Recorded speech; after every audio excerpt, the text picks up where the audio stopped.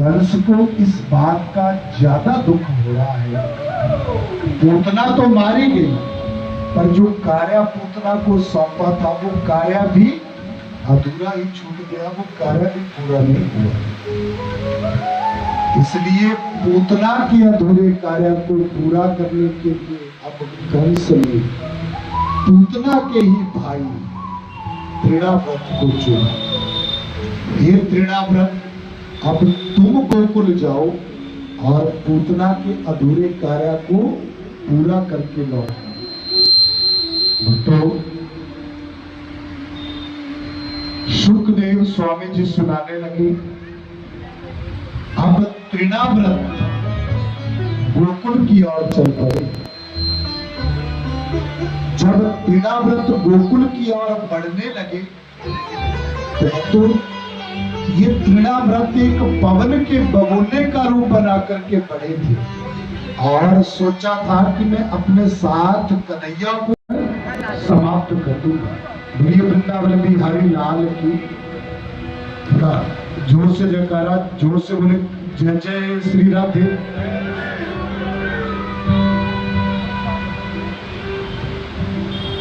महाराज की जब प्रभु जी ने अवरुणा बंद किया है तो यशोदा ने चैन की सांस और अपने हृदय से गंगा को गंगा जी को सोचने लगी। अब पूतना के भयंकर शरीर का क्या है, क्योंकि किसी को जलाना भी आसान नहीं है, इतना विशाल शरीर है। पर गोकुल के साथ है, जलाना भी पड़ेगा। अपनी बहन से बड़ा प्रेम करते थे। कौन की? कंस की बहन, उनके चाचा की पुत्री महाराज देवक की पुत्री देवकी। बचपन से बड़ा लगाव था कंस को देवकी। 5 रुपए हम लोग को जेब में कितने नोट होते हैं, जब चढ़ाने का समय आता है आरती बोलेंगे तो कहेंगे तन मन धन सब कुछ है तेरा स्वामी, सब कुछ है तेरा। और जब चढ़ाने का नंबर आए तो सबसे छोटा नोट ढूंढेंगे। जब सब कुछ है तेरा तो चढ़ा दो। अरे ऊपर से बोल रहे हो सब कुछ है तेरा, लेकिन अंदर क्या चल रहा है कि पड़ोसियों का भी हो जाए मेरा, पड़ोसियों की भी संपदा मेरी हो जाए। तो ऊपर ऊपर से चल रहा है कि सब कुछ है तेरा, लेकिन उसने हिम्मत जुटाई कि आज बाबा ने कहा है तो बच्चे भूखे रह जाएंगे कोई बात नहीं। वो 5 रुपया निकाल के चढ़ा दिए। बाबा ने कहा तेरे घर में क्या है? बोले बाबा एक गाय मर गई। बोले बेटा एक काम कर, आज गाय भी बेच दे और वो भी पैसा ला के यहाँ चढ़ा दे। सोचा बाबा को बड़ा लालची है, 5 रुपया तो चढ़वा ही लिया, गाय भी बिकवा। बोला चलो आज तो फंस गया, कल से नहीं आऊँगा। गया गाय बेच के लाया, वो भी चढ़ा दिया। बाबा ने कहा बेटा मैं क्या करूँगा, एक काम कर, इस पैसे से आज संगत में प्रसाद बांटो। कभी कभी संगत में प्रसाद भी बांट देना, उससे भी तुम्हारे जीवन का भाग्य बदलेगा। कुछ हो न हो एक बार प्रयास करके देखो, बहुत कुछ मिलेगा। प्रसाद बांट दिया। दूसरे दिन फिर कथा हुई, फिर आगे आके बैठ गया। बाबा ने कहा कल तो कह रहा था कल से नहीं आऊंगा, फिर आगे बैठ गया। फिर बाबा जी ने दूसरे दिन बुलाया, बेटा आज तेरे पास क्या है? बोले बाबा कमाल हो गया, मैं सो के उठा तो एक व्यक्ति मेरे दरवाजे पे दस्तक दे रहा था। मैंने दरवाजा खोला तो व्यक्ति गाय और 5 रुपया लेके खड़ा था। मुझे गाय भी दे गया, 5 रुपये भी दे गया, आज भी मेरे जेब में है। बाबा ने कहा बेटा तो आज भी करा दे, आज भी गाय बेच दे।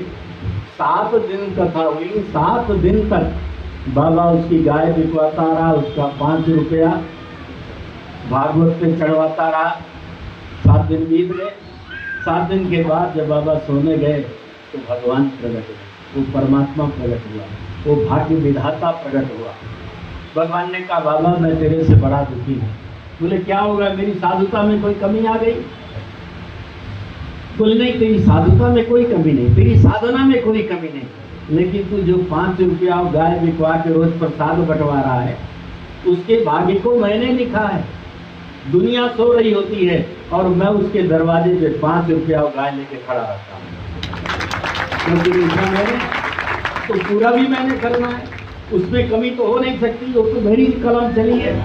बाबा ने कहा तो 7 दिन से आप ड्यूटी दे रहे हैं? बोले हाँ। बाबा ने कहा तो 7 दिन तक मुझे भी नींद नहीं आती। जब मैं बोलता हूँ तो मेरे सामने बैठता है, और जब सामने बैठता है मेरी बार बार दृष्टि उसके मस्तिष्क की रेखाओं पर जाती है, तो मुझे गुरुओं की बाणी याद आती है कि लाख खुशियाँ पातशाहियाँ जे सतगुरु नदर करे। भगवान ने कहा क्या करूं? बाबा ने कहा आपका आना जाना बंद हो जाए और मैं भी आंख बंद करके कथा करूं, कोई ऐसा उपाय कर दो। बोले क्या करूं? बाबा ने कहा उस 5 के आगे 5 जीरो और बढ़ा दो, 5 के आगे 5 जीरो और बढ़ा दो। पूर्व वाइस चेयरमैन ललित बत्राजी एवं उनके साथियों ने मिलकर मनाया ऑफिस बॉय प्रवीण का जन्मदिन। तुम्हारी संपदा में सभी भी निधि जीरो बढ़ेगा बधाया एवं और तुम्हारे शुभकामनाएं। जीवन की आयु में भी जीरो बढ़ेगा। जीवन सरल खत्म। भगवान की कथा श्रवण करोगे तो 100 साल जियोगे। मंदिर की इतनी महानता है, मंदिर में आते हो चरणामृत मिलता है भगवान का, रोज मंदिर में भी आना चाहिए। और उसमें चरणामृत देते इसमें पंडित जी बोलते हैं अकाल मृत्यु हरणम सर्वव्याधि विनाशनम विष्णुपादोद्गम कृत्वा पुनर्जन्म विद्यते। नित्य भगवान का मंदिर में जा करके चरणामृत पीने वाले की कभी अकाल मृत्यु नहीं होती है। कितनी दिव्यता, कितनी पावनता है मंदिर की। और आप सबके मध्य में पड़ोस में ऐसा पावन, ऐसा दिव्य मंदिर, और मंदिर से ही हमारा जीवन जुड़ा हुआ है। जिस दिन मंदिर समाप्त हो गया तो जीवन समाप्त हो जाएगा। जब भी आरती हो तो मंदिर में जाओ, पूजा हो तो मंदिर में जाओ। रावण की लंका में मंदिर था कि नहीं? क्या रावण को पता नहीं? तो सम्राट था, उसको पता था कि मंदिर है लंका में, और उसने ऐसी व्यवस्था कराई थी कि जब मंदिर में आरती हो तो पूरे लंका में आरती की आवाज जाए। आज मंदिर से आवाज आ जाए भजन की, कीर्तन की, आरती की, तो पड़ोसी कंप्लेन कर देता है कि हमारा बुढ़ा डिस्टर्ब हो रहा है, हमारा बच्चा डिस्टर्ब हो रहा है। अरे इतने साधन आपके घर में, टीवी से आपका बूढ़ा बच्चा नहीं डिस्टर्ब होता, मोबाइल से नहीं डिस्टर्ब होता, लेकिन कीर्तन की आवाज आ गई, आरती की आवाज आ गई, भजन की आवाज आई, डिस्टर्ब हो गया। पूरी लंका में आरती की आवाज गूंजती। मंदोदरी रावण की सेवा कर रही है, आज उसके कानों में आरती की आवाज पड़ी तो मंदोदरी ने पूछा आप तो भगवान को मानते नहीं, फिर आरती की आवाज? रावण ने कहा मंदोदरी मुझे पता है कि मेरी लंका में मंदिर है, तुझे भी पता है, और बिना मेरी आज्ञा के मंदिर बन नहीं सकता। और मेरा छोटा भाई विभीषण उसमें पूजा करता, आरती करता है, और मैंने ही ऐसी व्यवस्था कराई है कि पूरे लंका में आरती की आवाज गूंजे। मंदोदरी ने कहा क्यों? रावण ने कहा मैं वेदों का ज्ञाता हूँ, मैं इस सत्य को जानता हूँ। मंदोदरी तुम्हारे गले में जो मंगलसूत्र है, तुम्हारे हाथ में जो सुहाग चूड़ियां हैं, तुम्हारे मांग में जो सिंदूर है, ये कब तक सुरक्षित है? मंदोदरी ने कहा कब तक? रावण ने कहा जब तक लंका में मंदिर है, जब तक मंदिर से आरती की आवाज आ रही है, लेकिन ये बंद हो गया तो जीवन समाप्त हो जाएगा। और यही हुआ ना, हस कही जला विभीषण जबहि आयुहीन भये सब, सबकी आयु समाप्त हो गई।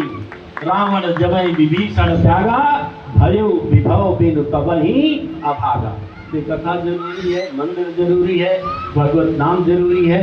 तो आप सब बड़भागी हैं कि भगवान की दिव्य मंगलमयी कथा श्रवण कर रहे हैं। कथा तो शायद सारी याद ना हो आपको, लेकिन एक बात याद अवश्य रखना।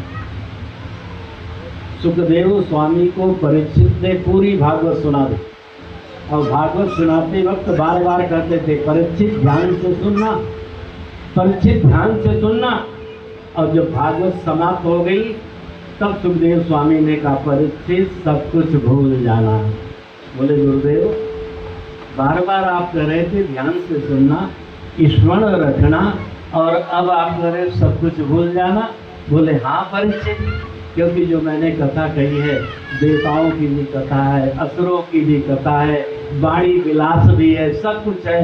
अब मैं तुम्हें आदेश देता हूँ सब कुछ भूल जाना, केवल राधा कृष्ण याद रखना, बस कल्याण।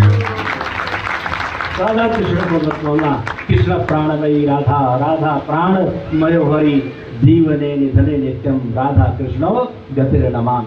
कथा भूल जाओ कोई बात नहीं, लेकिन राधा कृष्ण को मत भूलना, इसी से सब कुछ प्राप्त हो जाएगा। इन्हीं शब्दों के द्वारा आप सबकी मंगलमयी कामना करता हुआ मैं अपने वाणी को विराम दूंगा। हमारे भारद्वाज जी को बहुत बहुत आश्रय, भारद्वाज उनकी पूरी टीम, बड़ी अनुशासित टीम, मर्यादित टीम, बहुत दिव्य आयोजन। मुझे बड़ी प्रसन्नता होती है जब इस मंदिर में दिव्य आयोजन होता है आप सबके कल्याण के लिए। तो पूरी टीम को बहुत बहुत बधाई, बहुत बहुत आशीर्वाद, बहुत बहुत मंगल कामना, और आप सबके लिए भी ठाकुर जी के चरणों में प्रार्थना। आज ठाकुर जी आएंगे ना, बस एक बात सुन लो, बस वाणी को ध्यान से सुन लो। ठाकुर नित्य हैं, ठाकुर नित्य हैं, नित्य नित्य लीलाएं हैं उनकी, रास हो सब कुछ नित्य ही है उनका, कोई पुरातन नहीं, सब नवीन है। और कथा नित्य नहीं है, कथा कभी पुरानी नहीं होती, उसको कितनी बार सुन लो। आप हरिद्वार गंगा जी नहाने जाते हो तो जितनी बार आप डुबकी लगाते हो उतनी बार लगता है कि नया गंगा जल आ रहा है। तो जितनी बार कथा सुनते हो लगता है नई कथा सुन कर रहे। कथा कभी पुरानी नहीं होती, जैसे गंगा जल कभी नहीं पुराना होता, ऐसे भगवान की कथा कभी पुरानी नहीं होती। तो आज ठाकुर से संबंध बना लो। ठाकुर के चाहने वालों की तकदीर बदलती जाती है, शीशा तो वही पुराना है, तस्वीर बदलती तो जीवन की तस्वीर जरूर बदलेगी। इन्हीं शब्दों के द्वारा वाणी को विराम। धर्म की, अधर्म का, प्राणियों में विश्व का, गंगा मैया की, गौ माता की, सत्य सनातन धर्म की, श्रीमद् भागवत महापुराण की जय जय श्री राम।